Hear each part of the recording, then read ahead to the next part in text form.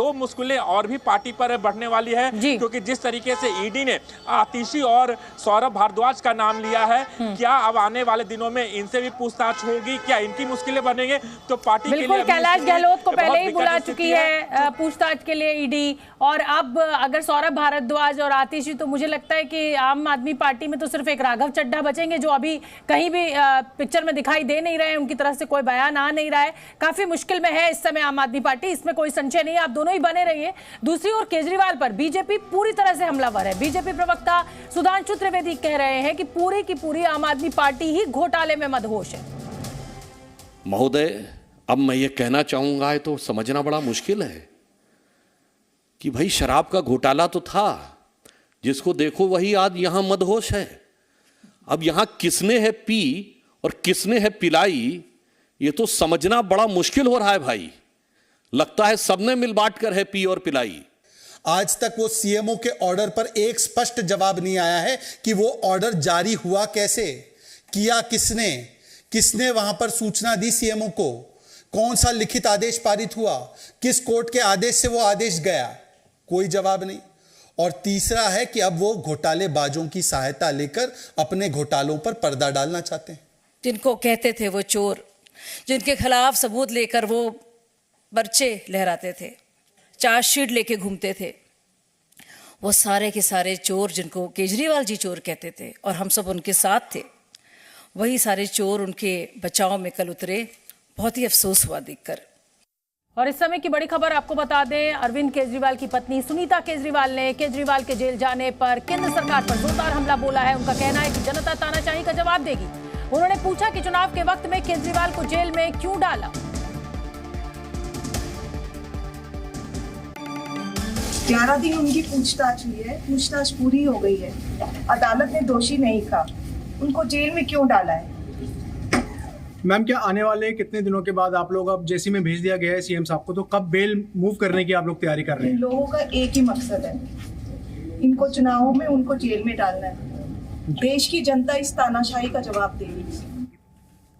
तो सुनीता केजरीवाल, अरविंद केजरीवाल की पत्नी, इसको तानाशाही कह रही हैं और ये भी कह रही हैं कि देश इस तानाशाही का जवाब देगा। आम आदमी पार्टी के नेता ऋतुराज झा ने केंद्र सरकार पर आज बड़ा हमला बोला। उन्होंने कहा कि दिल्ली में राष्ट्रपति शासन की साजिश हो रही है, जबकि बीजेपी आरोप लगा रही है कि केजरीवाल जांच से भाग रहे।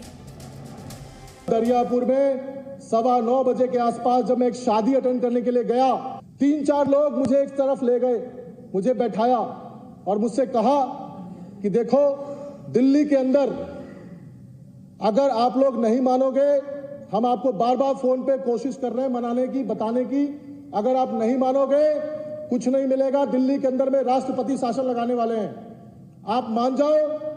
आप अपने साथ 10 विधायकों को तोड़ करके ले आओ, सबको 25-25 करोड़ रुपया देंगे और आपको मंत्री पद देंगे जो सरकार बीजेपी बनाएगी। जांच एजेंसियों के साथ एक नॉन कोऑपरेशन, आज कोर्ट में भी उसकी चर्चा हुई। कोर्ट में यह बात कही गई कि ये असहयोग कर रहे हैं और पूरी जांच टीम को मिसलीड कर रहे हैं। तो देखिए, ये तो सियासी वार पलटवार लगातार चल रहा है और आगे भी चलता रहेगा। लेकिन मैं इसी बीच अरविंद, जो कि राउज एवेन्यू कोर्ट से मेरे साथ जुड़ रहे हैं, उनका मैं रुख करूंगी। अरविंद, जैसा कि अभी राजू राज ने भी कहा कि सरकार चलाने के लिए, मीटिंग लेने के लिए, हर बात के फैसले के लिए आपको कोर्ट आना होगा। मुझे ऐसा लगता है कि इतिहास में कभी ऐसा कोई उदाहरण रहा नहीं है। अगर मैं गलत हूं तो मुझे करेक्ट कीजिएगा। तो ये मुझे लगता है कि ये क्या मुमकिन है कि हर फैसले के लिए कोर्ट आए और फिर कोर्ट इजाजत दे? ऐसे कैसे होगा?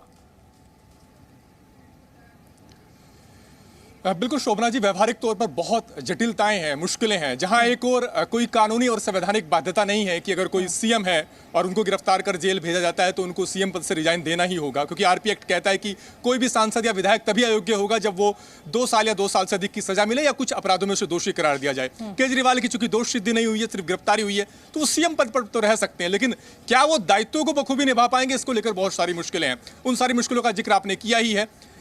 ऐसे में अगर केजरीवाल के लिए एक रास्ता बनता है, अरविंद केजरीवाल के लिए, तो वो यही है कि वो सहूलतें हासिल करने के लिए, जिनके चलते वो जेल के अंदर सरकार चला सके, उसके लिए उनको कोर्ट का ही रुख करना होगा। बहुत अपवाद स्वरूप ऐसा हुआ है जब जेल के अंदर कुछ विशेष सुविधाएं देने का फैसला लिया है कोर्ट ने। मसलन आपको याद होगा कि जब सहारा प्रमुख जेल के अंदर थे तो सुप्रीम कोर्ट ने उन्हें कहा था कि उन्हें एक कमरा दिया जा सकता है, केबिन दिया जा सकता है, लैपटॉप दिया जा सकता है, ताकि वो नेगोशिएशन कर सके, ताकि निवेशकों के पैसे लौटाए जा सके। वो एक एक्स्ट्रा ऑर्डिनरी सिचुएशन में सिर्फ एक बार का फैसला था। लेकिन अरविंद केजरीवाल को तो पग पग पर सरकार चलाने के लिए कोर्ट के आदेशों की जरूरत पड़ेगी, रियायतों की जरूरत पड़ेगी। उन्होंने जब सीएम पद की शपथ ली है तो उसमें गोपनीयता की शपथ भी शामिल है। सबसे बड़ी बात तो यही है कि वो कैबिनेट मीटिंग की, कैबिनेट के फैसलों की कैसे सीक्रेसी मेंटेन रखेंगे। अगर कोई कैदी किसी कागज पर सिग्नेचर करता है तो उस पर जेल अथॉरिटी के काउंटर साइन होते हैं, कैसे फिर वो जो कैबिनेट फाइल पर सिग्नेचर करेंगे क्या उस पर भी सिग्नेचर होंगे। जो विचार विमर्श का जो दायरा होता है जेल के बाहर वो बहुत गोपनीय रहता है, वो दायरा कैसे मेंटेन होगा जेल के अंदर, कितने संख्या में लोग मिल पाएंगे जेल के अंदर, वो संख्या सीमित होती है। अपने मंत्रियों से वो कैसे मशवरा कर पाएंगे, बहुत सारे सवाल हैं। नैतिक सवाल तो है ही कि क्या उनको जेल के अंदर रहना चाहिए, नहीं रहना चाहिए। मतलब अगर तकनीकी रूप से देखें तो ये बड़े बड़े मुश्किल भरे आने वाले दिन हो सकते हैं और दिल्ली की जनता के लिए भी। अगर मुख्यमंत्री जेल से ऑपरेट करेगा और आज किसी फैसले की जरूरत है तो उसमें तो विलंब होगा, क्योंकि पहले कोर्ट जाएंगे, फिर बैठक होगी और फिर फैसला लिया जाएगा। राजू राज, आपका मैं रुख कर लेती हूँ। फिलहाल क्या तस्वीरें हैं? जो कार्यकर्ता नेता वो हटे क्योंकि अब तो जेल के अंदर पहुंच चुके हैं अरविंद केजरीवाल। बिल्कुल शोभना, अभी तक जो तमाम कार्यकर्ता हैं यही मौजूद हैं तिहाड़ जेल के बाहर। और ये तस्वीरें मैं दिखाना चाहूँगा अपने कैमरामैन को, कह कि जो आम आदमी पार्टी के जो कार्यकर्ता हैं, नेता हैं, वो यहाँ पर मौजूद हैं और कुछ तो अपने हाथों में इस तरह के जो पोस्टर है जेल के अंदर का मोदी का पोस्टर वो लेकर यहाँ पर पहुँचे हैं। और दूसरी तरफ कार्यकर्ता सड़कों पर बैठे हैं। सुरक्षा के कड़े इंतजाम किए गए हैं, पुलिस फोर्स को तैनात किया गया है और अभी भी कार्यकर्ता पहुँचे हुए। अब देखना होगा कि ये कार्यकर्ता कब हटते, चूँकि अभी तक इन्हें कोई उनके नेता की तरफ से कोई नया आदेश नहीं दिया गया है।